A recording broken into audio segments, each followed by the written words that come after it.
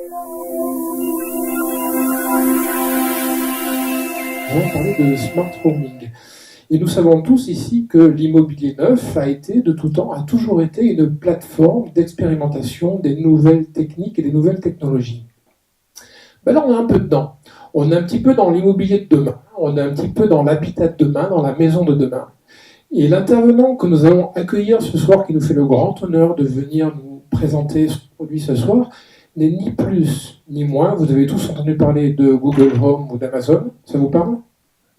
Nous avons ce soir sur place le concurrent européen, le challenger européen de Google et d'Amazon. Je t'en prie.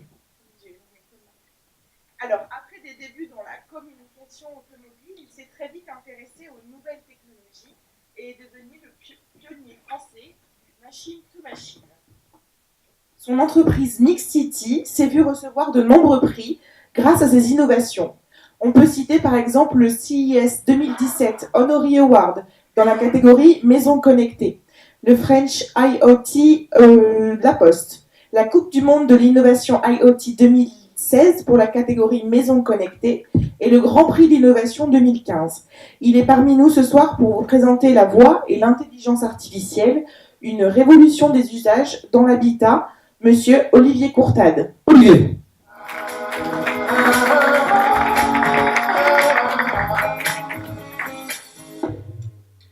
Bonsoir à tous. Quelle introduction. Je suis effectivement le concurrent de Google et d'Amazon. Le challenge est bien évidemment très ambitieux.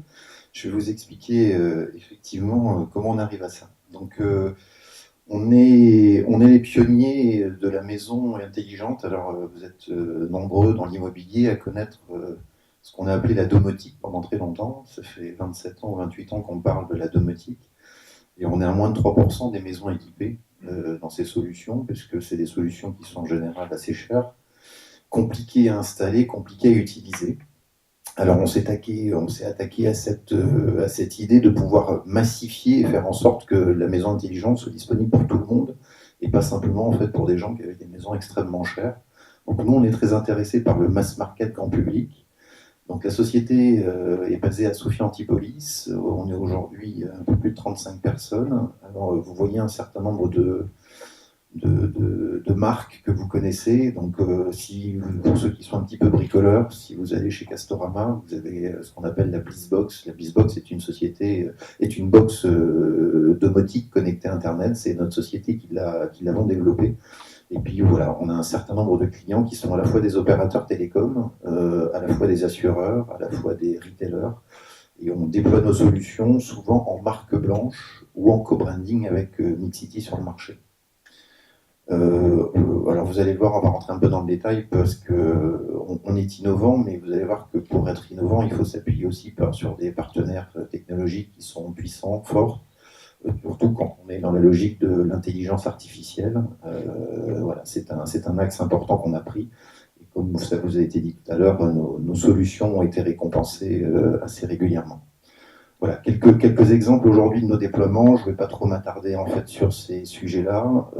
Donc notre métier, pour vous le simplifier, donc on fabrique à la fois des box. Vous avez un certain nombre d'exemples de box. Ces box sont connectées en général à votre box ADSL, soit connectées aussi à la 3G, puisque vous pouvez ne pas avoir en fait ADSL dans votre domicile.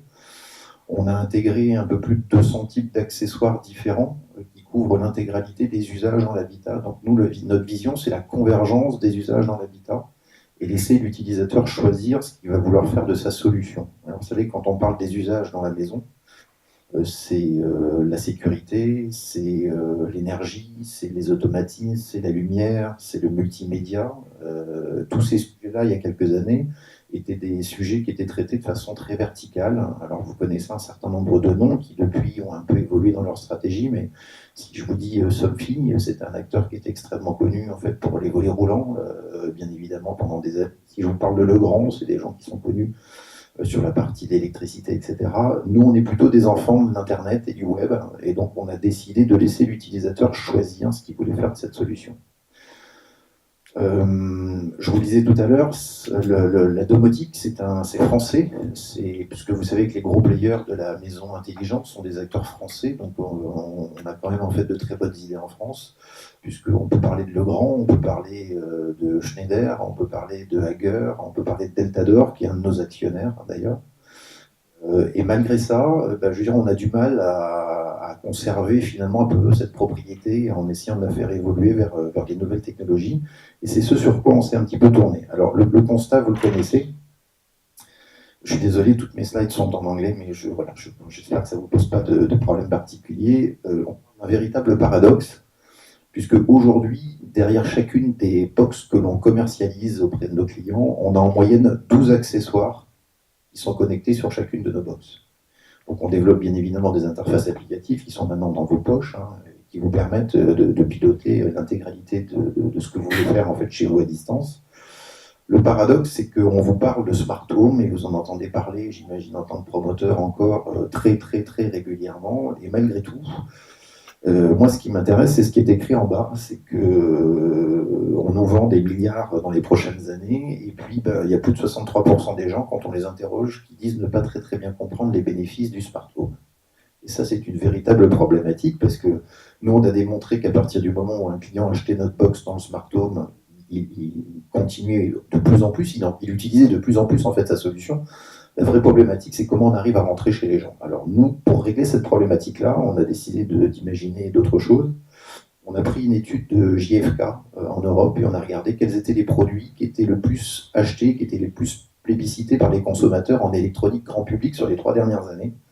Et de ça, on a pris les 3 principaux. Donc je vais vous donner dans l'ordre, alors je ne sais plus si c'est exactement dans le bon ordre, mais un des produits qui a le plus explosé sur les 3 dernières années en vente, donc chez Darty, la Fnac et des gens comme ça, chez Boulanger, ce sont les enceintes, donc les speakers connectés en fait chez vous. Vous savez, maintenant on parle beaucoup de multi-room, c'est la possibilité de diffuser votre musique un petit peu partout.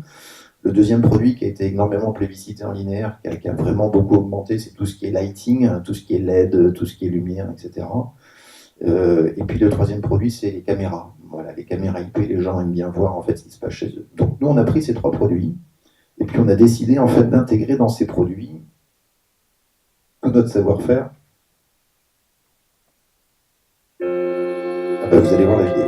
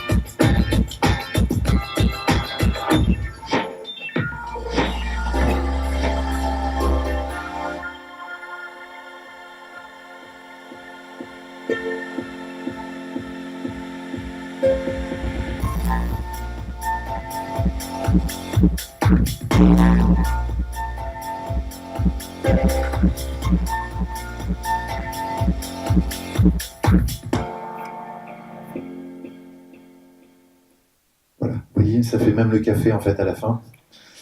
Donc effectivement, ça fait rêver, puisque vous avez vu que alors c'était déjà venu plus simple avec un smartphone, hein, puisqu'avec un téléphone on peut faire beaucoup de choses. Là, la voix et la partie intelligence artificielle va vraiment participer à la révolution des usages dans l'habitat, puisque vous avez vu qu'on n'est plus en train de parler d'une box qui est dédiée à piloter uniquement du chauffage, de l'électricité ou de la sécurité. On est en train de parler en fait d'un majordome, puisque quelque part c'est devenu le centre de vie dans l'habitat. Vous voyez que ce soit la maman, le papa, les enfants, tout le monde va pouvoir utiliser le produit. Tout le monde va pouvoir lui demander de pouvoir gérer ce qu'on appelait la maison intelligente, hein. C'est baisser automatiquement la température de 3 degrés, créer un scénario en disant réveille-moi demain matin à 6h30 avec ma musique favorite.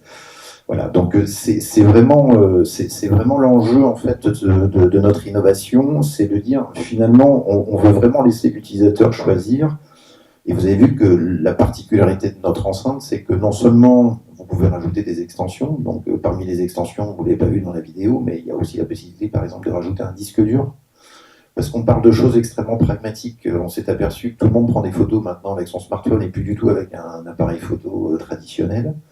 Et puis finalement, quand on interroge les gens sur la propriété de leur data ou est-ce qu'ils ont plus de peur de perdre, par exemple, les photos arrivent en tête de liste de ce qu'ils ont plus de peur de perdre en data. Et donc, quand vous allez rentrer chez vous, automatiquement, votre smartphone va être synchronisé avec votre Mixipod et vous allez automatiquement synchroniser toutes les photos que vous avez prises pour avoir en fait un backup automatiquement quand vous arrivez chez vous. Voilà, c'est un certain nombre de fonctionnalités de notre produit. La vraie révolution, je pense que vous l'avez compris. Alors, on a fait une version, c'est un mini-pod, c'était ce qu'on appelle le Mixivol, parce que vous avez vu que le Mixipod est quelque chose en fait d'assez volumineux, hein, parce que on est sur un vrai produit pour les gens qui connaissent Sonos, qui est devenu le leader mondial en matière de l'équipement multi-room dans l'habitat. On sera sur une qualité supérieure au Sonos Play 3. Donc on fait vraiment du son de qualité en fait sur notre produit. Ce sont les gens qui font les produits pour PO et Harman Kardon qui sont en train de réaliser en fait toute la partie acoustique de notre produit. On a fait une version plus petite qui est vraiment qui vous permet d'être connecté à votre chaîne Hi-Fi. Si vous avez déjà une chaîne Hi-Fi, vous ne voulez pas forcément remplacer tout votre équipement audio. Ce petit système, vous pouvez aussi lui parler. Donc vous pouvez aussi lui dire joue-moi Bob Marley, mais aussi commande-moi mon Uber pour dans 10 minutes, ma liste de courses, etc. Donc vous allez avoir plusieurs points en fait chez vous au travers de ces produits.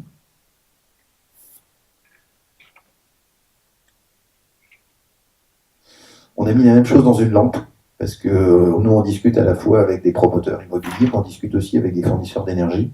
Donc une enceinte et la musique pour entrer, c'est pas forcément toujours facile pour eux. Par contre, on a fait une lampe qui est dans le même principe, vous pouvez lui parler à notre lampe, elle pilote l'intégralité des usages dans l'habitat.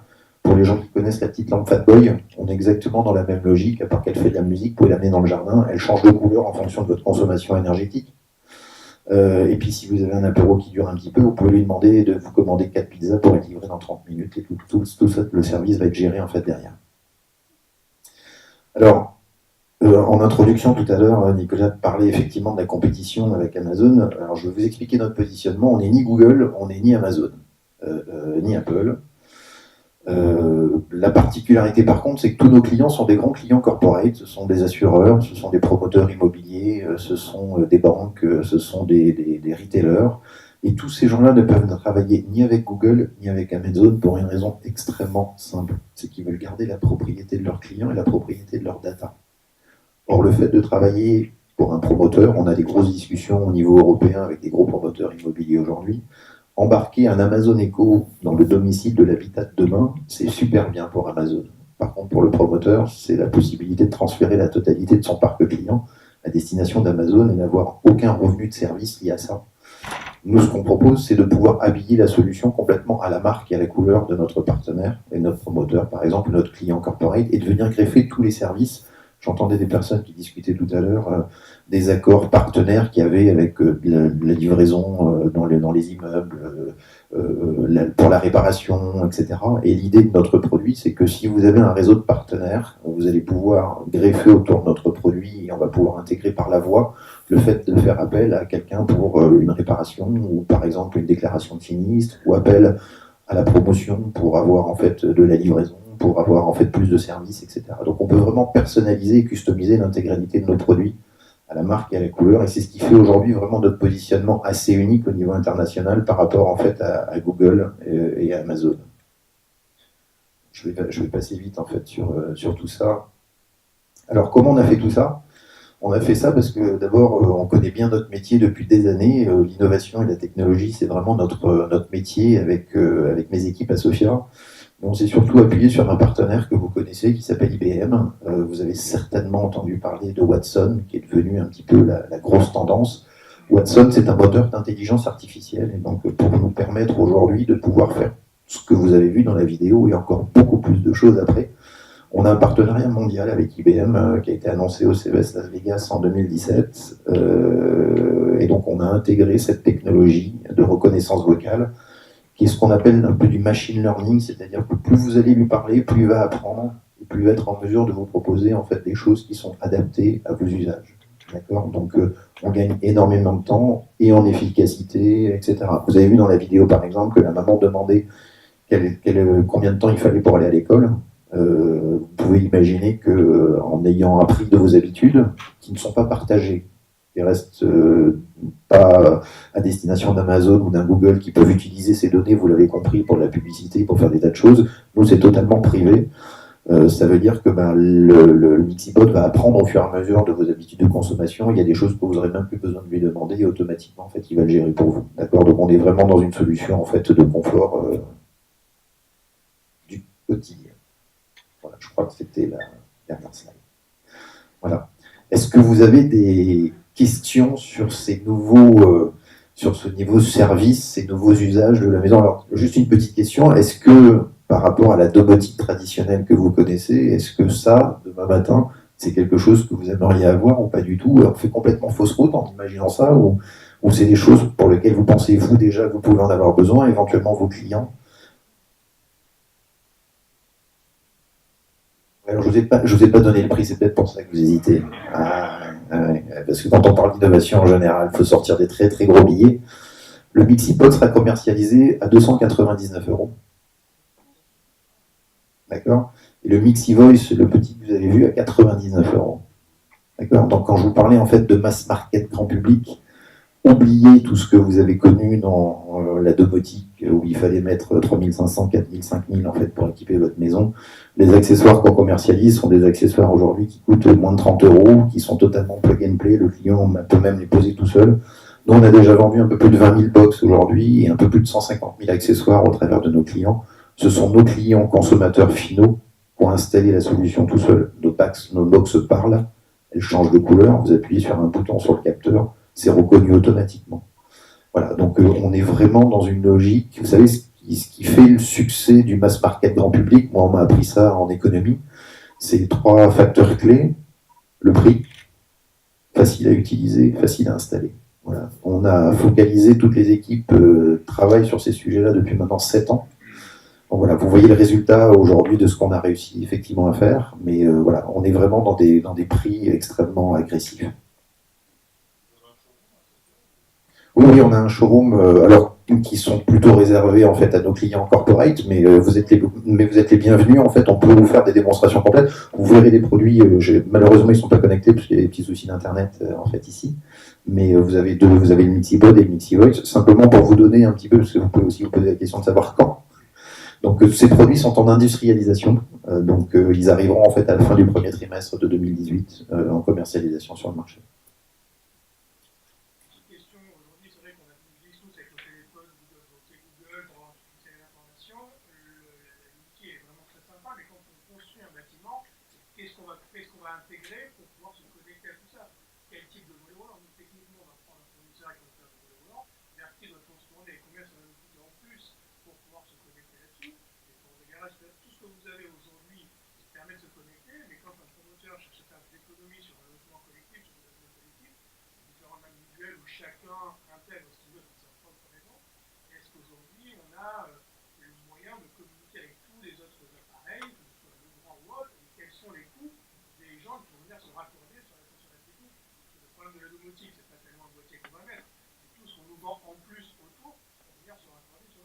Oui, c'est une vraie question.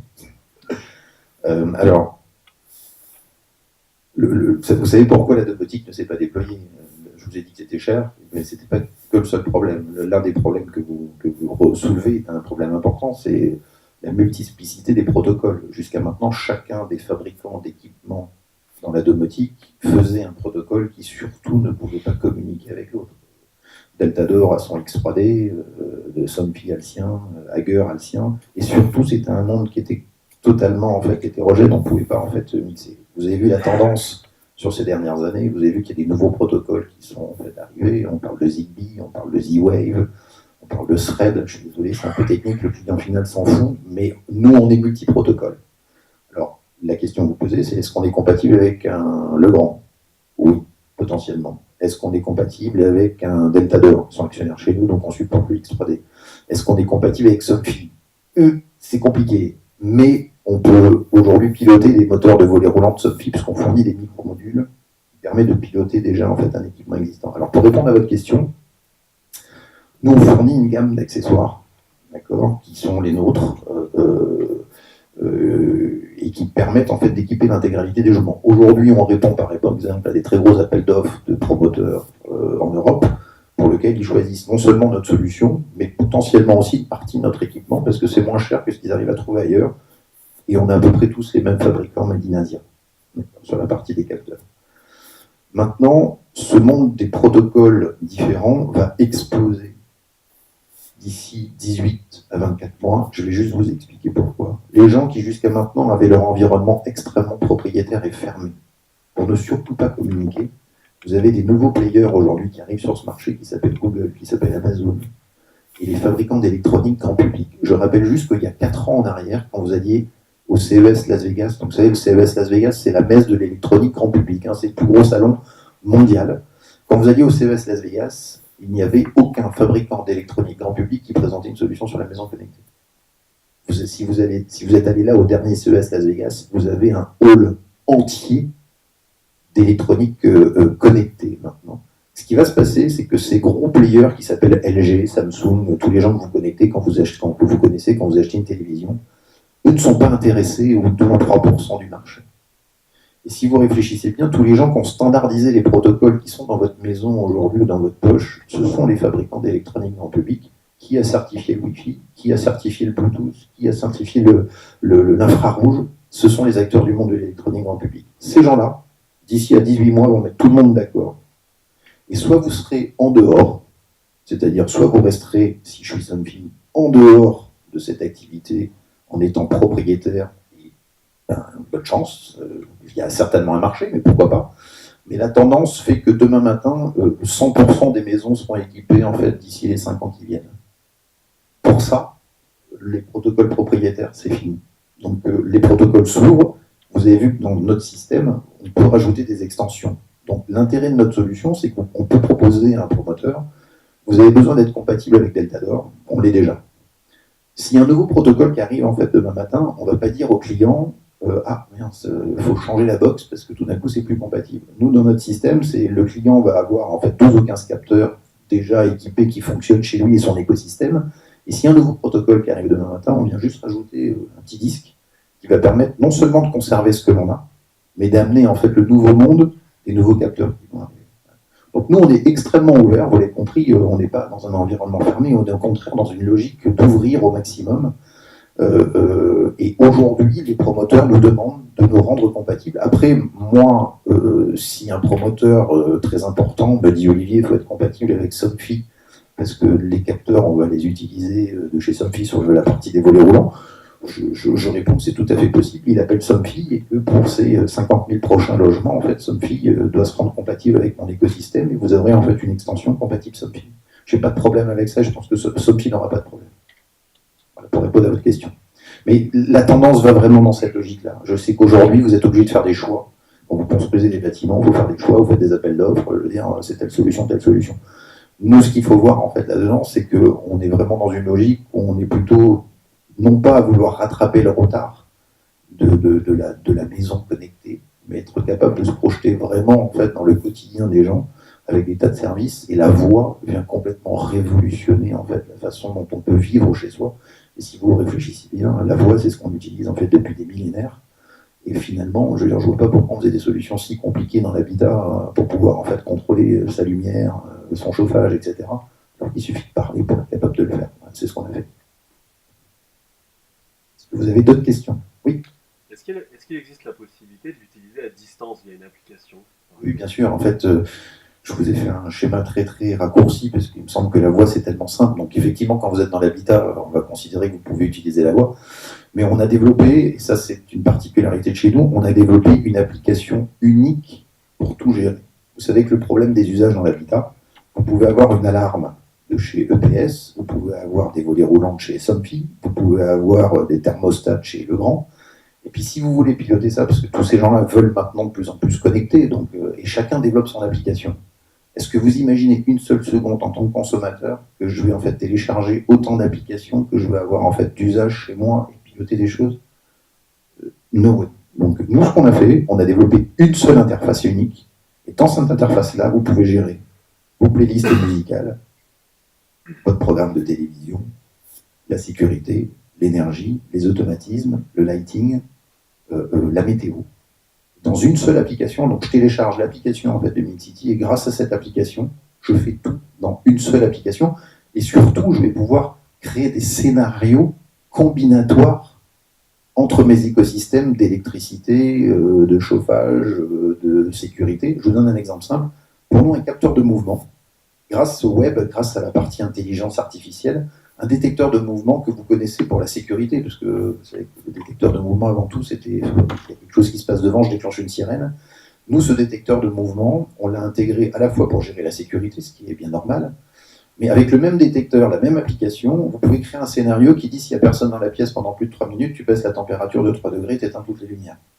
Et puis on va lui créer un autre scénario, qui est un scénario de maintien à domicile, dans lequel on dit si ma mère, qui habite à 3000 km, ne s'est pas réveillée à 8h du matin, je vais recevoir un appel par SMS et on a créé en fait un scénario sur la partie maintien à domicile qui n'a rien à voir avec l'énergie, qui n'a rien à voir avec la sécurité d'un voleur.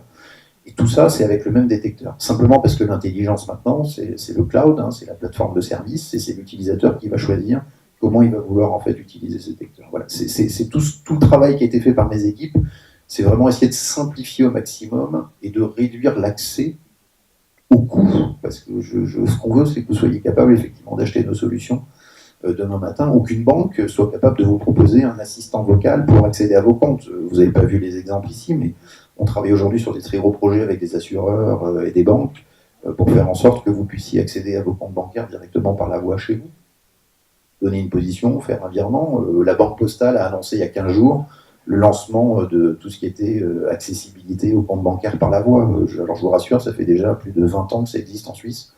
Les gens qui accèdent à leur portefeuille en Suisse le font déjà par téléphone, par la partie profiling et reconnaissance de la voix.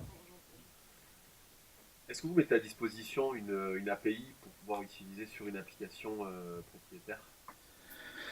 Vous me parlez en tant que consommateur final ou vous me parlez en tant que professionnel?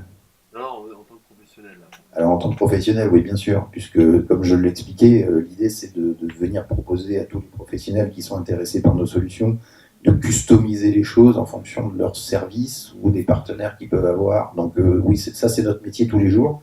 Donc soit on développe sur base de cahier des charges, soit on fournit en fait une partie d'API qui permet à notre client corporate de pouvoir en fait se connecter et venir s'interfacer avec notre moteur applicatif. Voilà. Après, c'est une question aussi, je vous posais la question, est-ce que c'est pour les pros ou est-ce que c'est pour les consommateurs? Parce que finalement, on pourrait aussi imaginer ouvrir des API permettant aux consommateurs ou à d'autres sociétés du logiciel de venir développer leurs propres petits services autour de tout ça. Moi, j'ai un petit problème par rapport à ça. C'est que là, ce que je suis en train de vous montrer, c'est grosso modo à distance, j'ouvre les portes de chez moi, je vois mes enfants quand ils sont à la maison, etc. Je ne veux pas trop laisser pour l'instant à un tiers la possibilité de venir développer sur la base de ma technologie des tas de petits services dans lesquels il va venir intégrer des failles de sécurité. On a passé en fait 10 ans à faire en sorte d'avoir des systèmes le plus sécures possible. Voilà, et ouvrir la partie logicielle à des développeurs et des communautés de base de développeurs, c'est soit vous vous appelez Apple et vous avez 9600 personnes qui gèrent en fait tous les dépôts des API, toutes les dépôts des applications en fait dans l'Apple Store. Donc on n'est pas encore ce volume-là. On est en train d'y réfléchir, mais pour ça on essaye de faire un peu les choses de façon différente. On mettra certainement 2 processeurs dans notre produit. Un processeur pour gérer tout ce qui est sécurité et sur lequel on considère qu'on n'ouvre pas cette partie des API. Et sur la partie moins critique de la lumière, d'un certain nombre de choses, on peut imaginer à ce moment-là ouvrir en fait à des communautés de développeurs.